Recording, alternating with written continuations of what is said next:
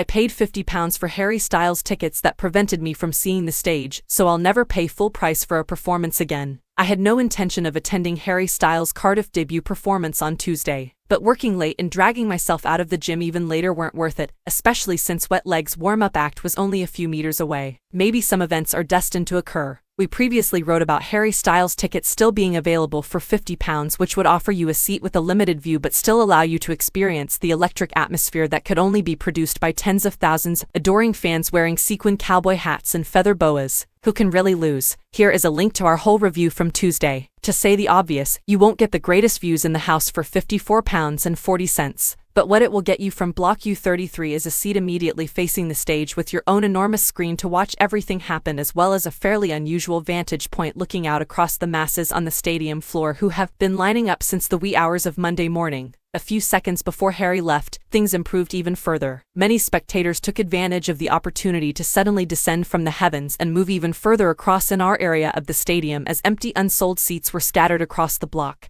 At this point, we could also make out the edge of the stage, where the former member of One Direction spent the majority of his performance time, in addition to the parts of the event where he walked down a runway outside in the audience and was showered with boas, flags, and flowers. In the end, there wasn't much that we couldn't see, with the unfortunate exception of the live band, who in their own right posed a threat to steal the show. There were a ton of additional unexpected benefits as well. If we're talking about the high points, for me it was seeing the crowds from our vantage point and seeing how they responded as Harry performed the set list. I'm referring to the trio that spent the slower songs lying on the stadium floor, staring up at the lights above, and otherwise dancing in circles. You were costumed as enormous carrots. If not for the conga line that started whirling towards the back of the masses, I'm not sure I would have seen them. In addition, viewing the entirety of the performance on a giant screen is not unique to a restricted view seat. I'm certain I would feel the same if I were much further back in the audience. Even though we were all standing up, there were significantly less phones in my face this time since, I guess, photographing a screen rather than the subject directly isn't the same. Of course, the sound quality was also excellent. Overall, it was a fantastic evening. Since you won't be one of the people that arrive early to stake out the finest place in the stadium, you might as well grab a deal, save a few pounds, and get yourself a hot dog and a beer to go with it.